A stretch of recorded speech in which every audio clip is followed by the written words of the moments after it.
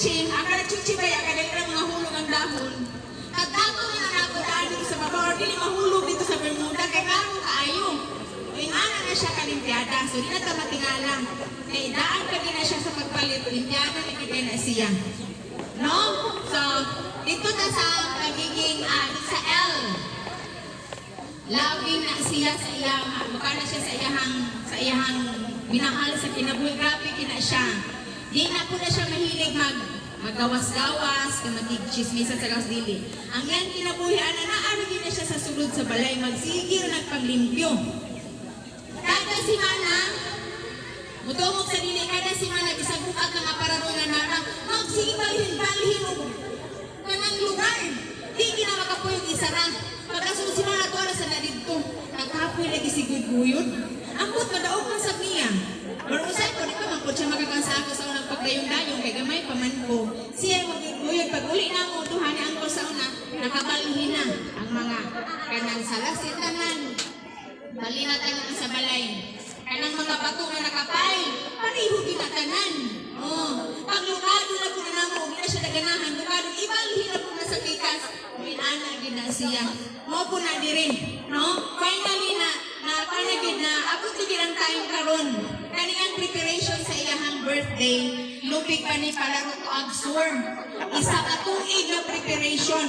Ano ba ito si Angkol? Ikaw na si Angkol, tuyok, aning pula. Di ganito, ibanitiri ang diri, ibo dito, basta. Kapila na ka, ni-arrange, kada na ko, ano na mga pupurma. Grabe na preparation sa iyang ika-70th birthday.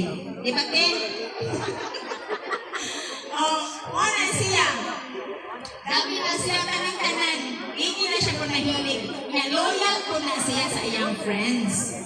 Gamay na ito, gamay na siya friends, di ba, auntie? Kaya pinili na gina niya na, pinag friends, na pahalag gamay, basta kay, kanang di mauray na amigo. Kaya hindi na siya mahilig magkanang chismis, hindi na siya. Bisan ako sa una na-influensyan, di ba na siya, di ko makagawas ng balay kung di ko subuong bitsin. Di ko subuong malunggay dito sa atma kailan di siya magpalit. Di ko kagawas ana. Inana na yung batasan. Naarag niya sa balay. Bisan pag mag-aak sa akong cousin, masuko na siya. Naarag yun sa balay. Muna iyahang yung attitude. Ato tayo sa letter, ano to?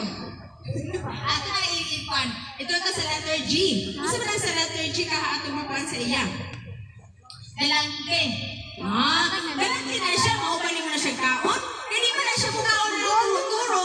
Nagpamigin na mga kuhan siya mukaon. Galante na siya. Mugastugin na siya kay kaon nito sa gawas. Ang sa ilumang ka na. Hindi ko anma, bottomless na juice.